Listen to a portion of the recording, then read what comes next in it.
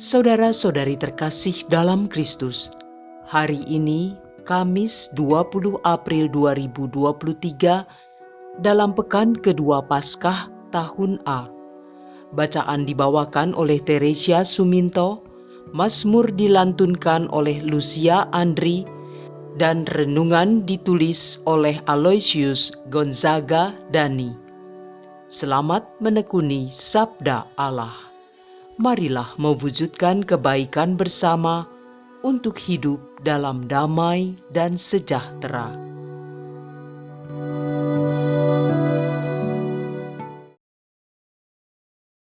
Dalam nama Bapa, Putra, dan Roh Kudus.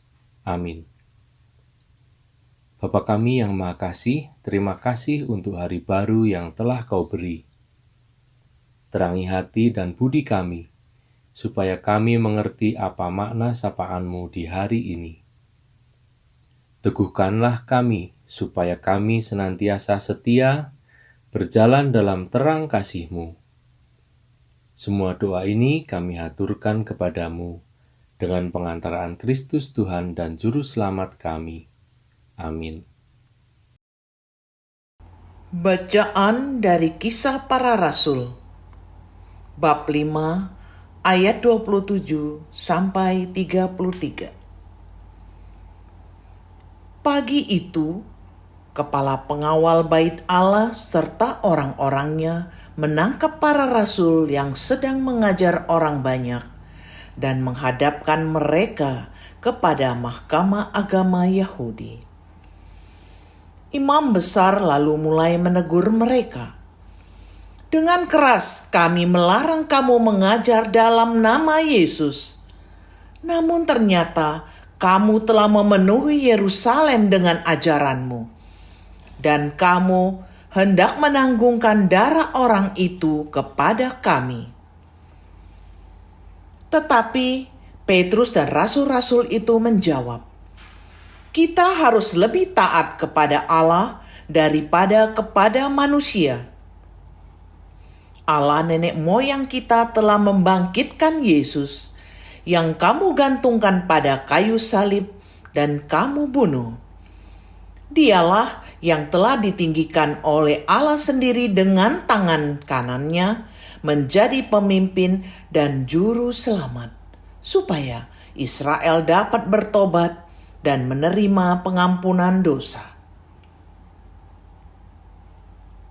Dan kami adalah saksi dari segala sesuatu itu, kami dan Roh Kudus yang dikaruniakan Allah kepada semua orang yang mentaati Dia. Mendengar perkataan itu sangatlah tertusuk hati mereka, dan mereka berusaha membunuh rasul-rasul itu. Demikianlah sabda Tuhan.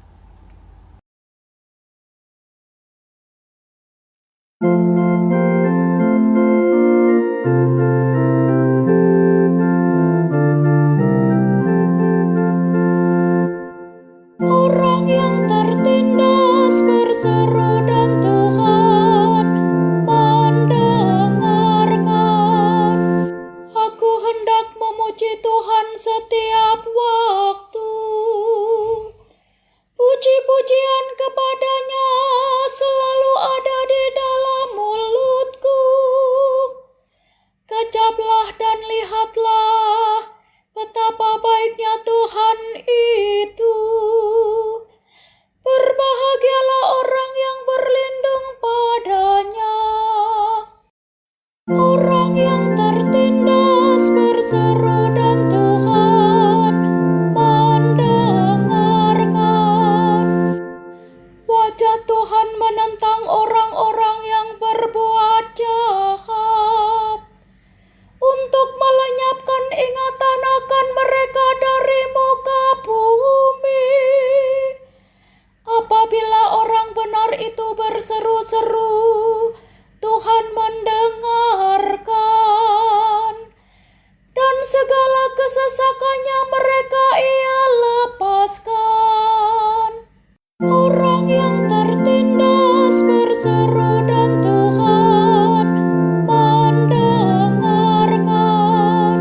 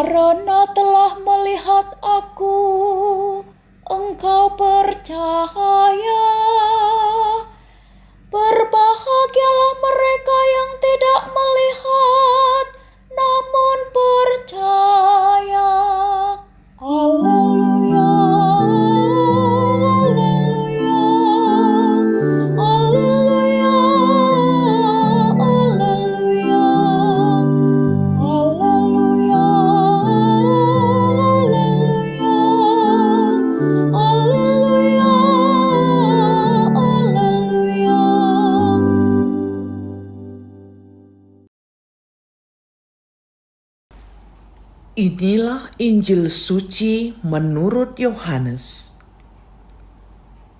Bab 3 ayat 31 sampai 36.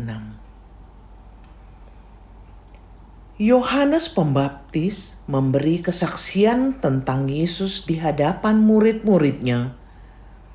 Siapa yang datang dari atas ada di atas semuanya.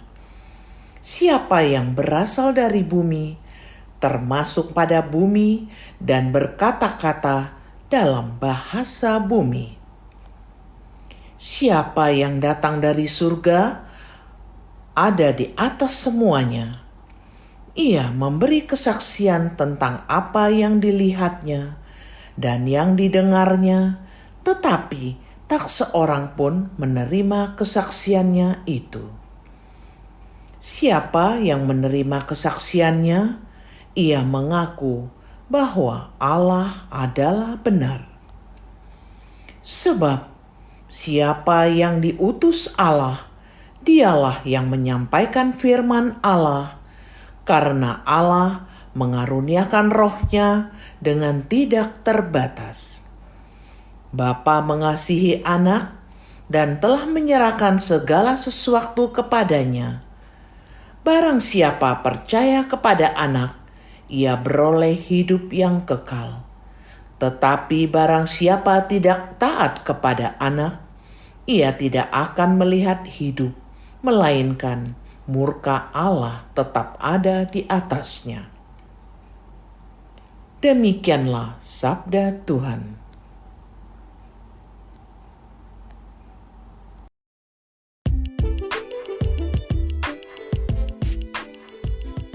Melaksanakan kehendak Tuhan, menjadi saksi Kristus. Renungan dibawakan oleh Aloysius Gonzaga Dani.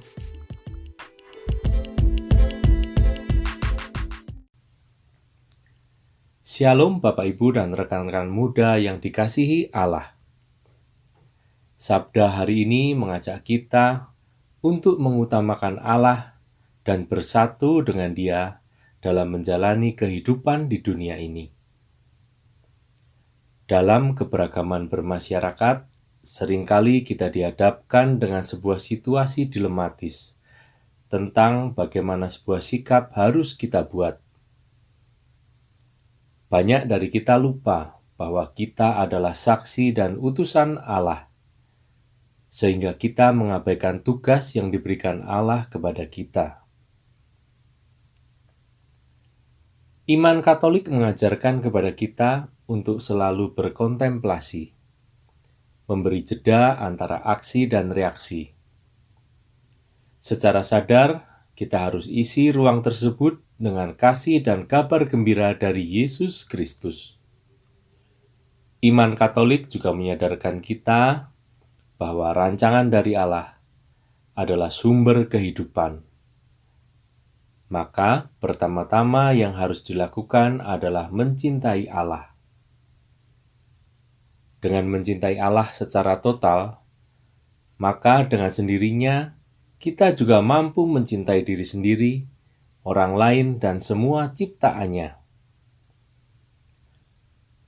Menjadi saksi Kristus seharusnya tidak menjadi beban bagi kita, melainkan kita lihat sebagai sebuah panggilan dari Tuhan kepada kita.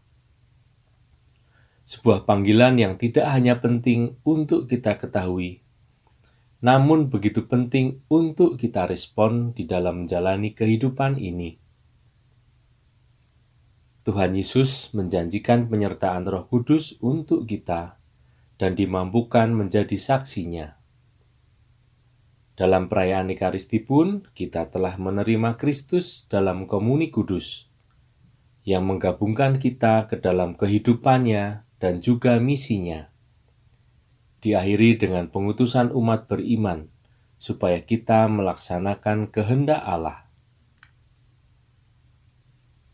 Bapak, Ibu, dan rekan-rekan muda yang dikasihi Allah, mari kita jadikan hidup kita menjadi saksi sukacita Kristus untuk menghidupi firman Tuhan dengan tuntunan Roh Kudus.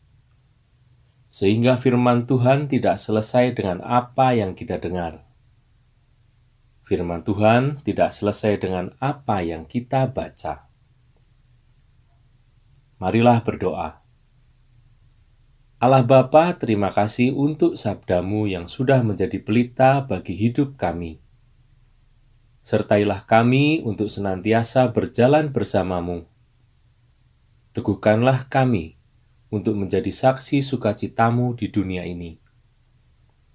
Terangi hati dan budi kami untuk senantiasa berjalan dalam terang sabda-Mu. Semua doa ini kami haturkan kepadamu dengan pengantaran Kristus Tuhan dan Juru Selamat kami. Dalam nama Bapa, Putra, dan Roh Kudus. Amin.